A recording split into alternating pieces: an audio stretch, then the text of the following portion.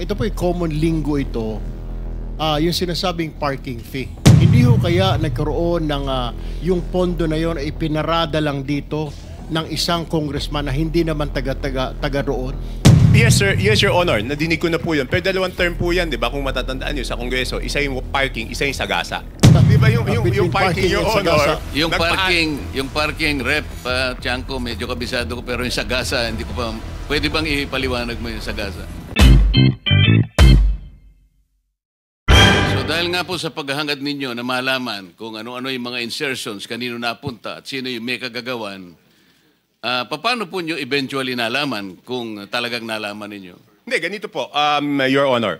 So March 24, paglabas ko doon, kasi nagmamadali na si Secretary Bunoan eh. Kasi ang worry niya po noon, March 29, mag-election ban po, di ba?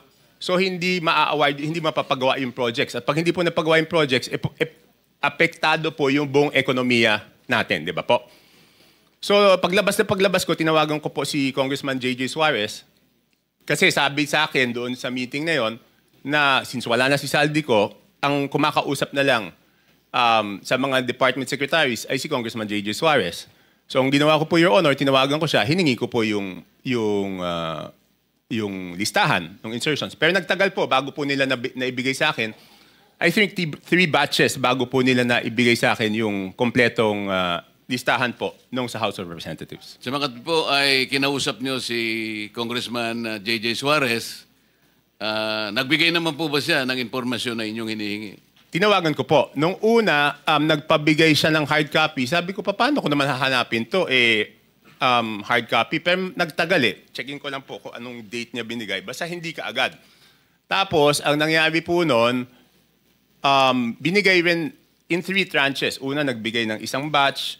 Pangalawa, nagbigay ng isang batch. Tapos yung isang batch na tagalan.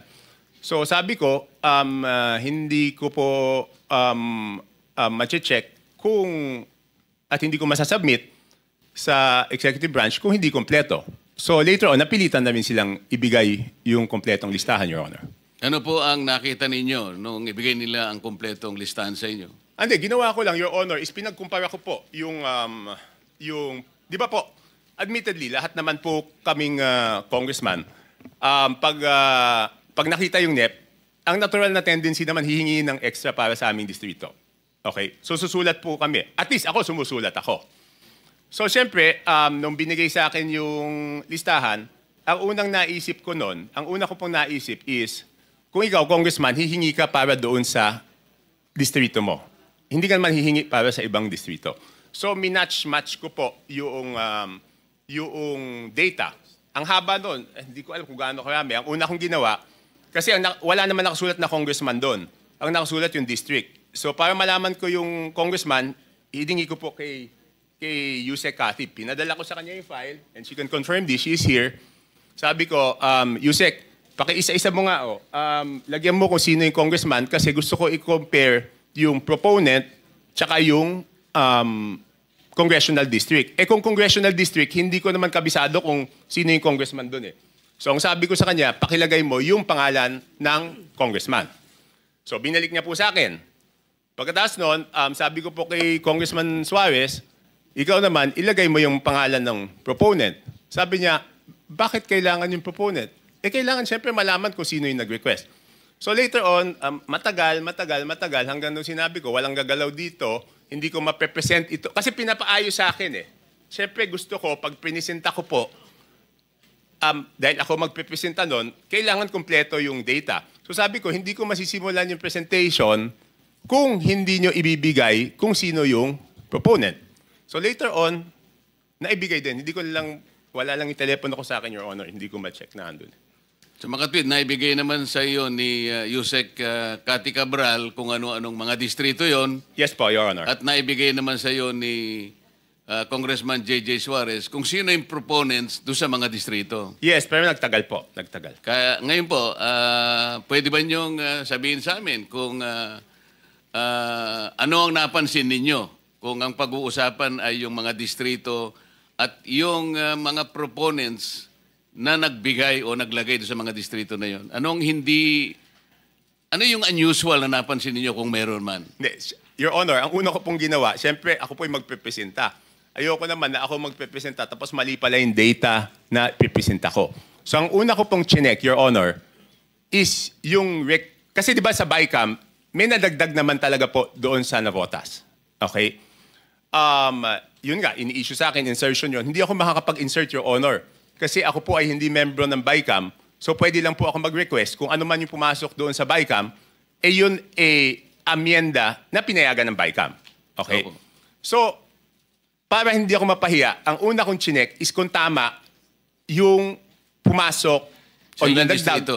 Hindi, yung sa akin muna. Yun nga po, sa distrito niyo. Kasi alam ko po kung magkano yung nadagdag sa akin sa BICAM. Tumama naman po. Tumama, kasi ang request ko noon is 1.1 o 1.2.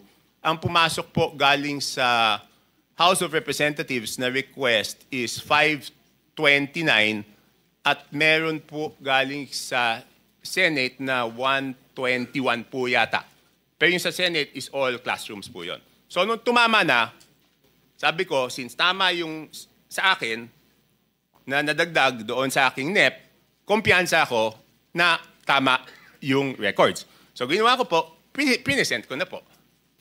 Ano po yung nakita nyo sa ibang distrito na hindi masyadong, na very unusual? Halimbawa, sa dalawang probinsya ng Mindoro. Mindoro Oriental at saka Mindoro Occidental.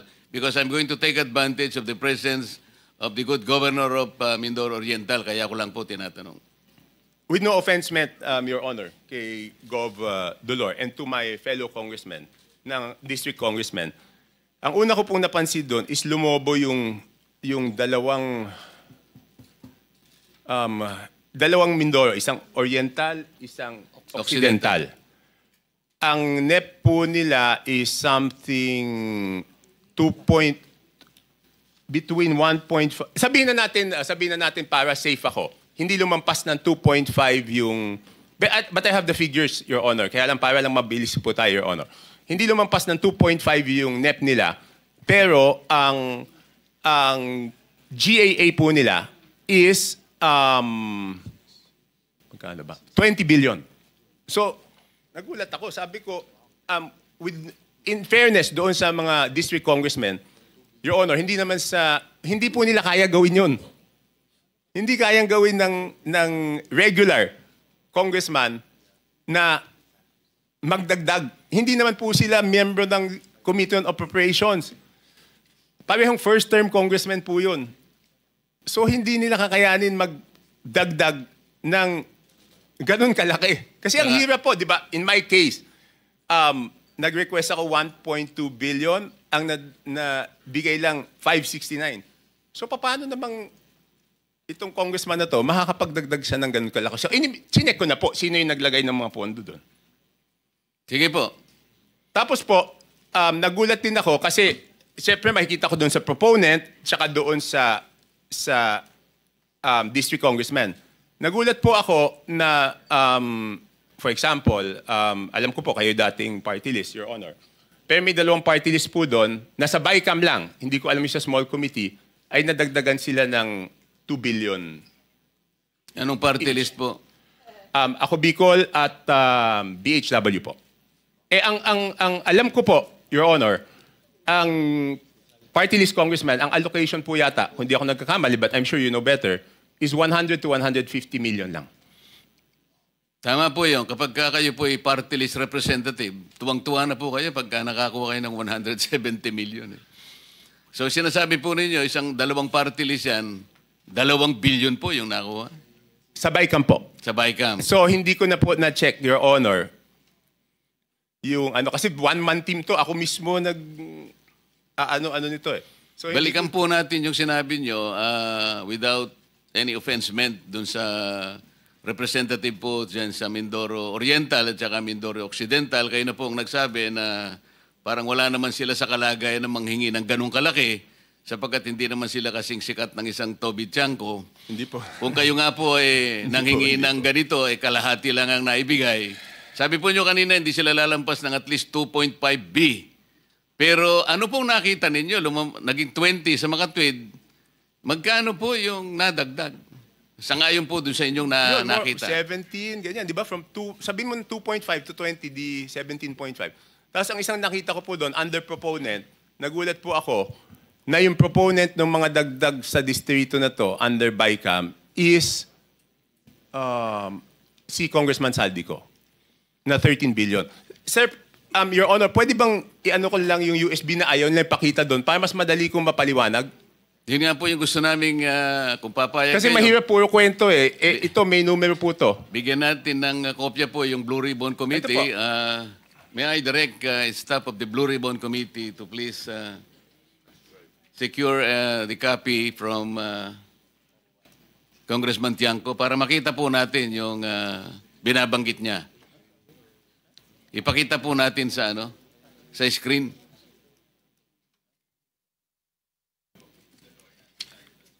Let me acknowledge also the presence of Senator Rapi Tulfo.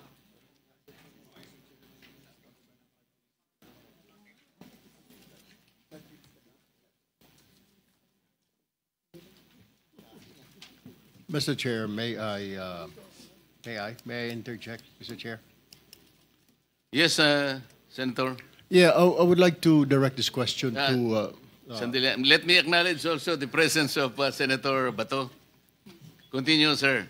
I would like to direct this question to Congressman Toby Tiangco. Sir, sabi niyo parang 17.5 ang nilobo nung budget. Tama po ba yun? Kunin ko lang po yung eksaktong records para sigurado. Kasi parang sinasabi nyo, 2-something lang ang request nung district na yon. And you don't believe na hindi nila kaya yung kasi mga ordinary at mga bagitong congressman. Tama po ba yon? Hindi naman po ordinary, sir. Regular. Yeah. What I mean Regular. to say, sa district ho na yon. Tama po ba? Yes, Your Honor. Ang tanong ko po ngayon, sir, may naririnig po tayo, ito po yung common lingo ito, yung sinasabing parking fee. Hindi ho kaya nagkaroon ng yung pondo na yon ay pinarada lang dito ng isang congressman na hindi naman taga roon. Ito ang tawag ay parking. Have you heard that, Mr. Chair? Yes, sir. Yes, Your Honor. Nadinig ko na po yun. Pero dalawang term po yan, di ba? Kung matatandaan nyo sa Kongreso, isa yung parking, isa yung sagasa. Could you tell us the difference Di ba yung between parking, Your and Honor? sagasa? Yung parking rep, Tiangco, medyo kabisado ko, pero yung sagasa, hindi ko pa, pwede bang ipaliwanag mo yung sagasa? Hindi. Yung parking po, Your Honor, is nakiusap ka dun sa district congressman. Yes. Pumayag yung district congressman. Yung sagasa po, Your Honor, is wala kang magagawa sa ayaw mo't sa gusto. Mas matindi pala yun. Oh, Your Honor,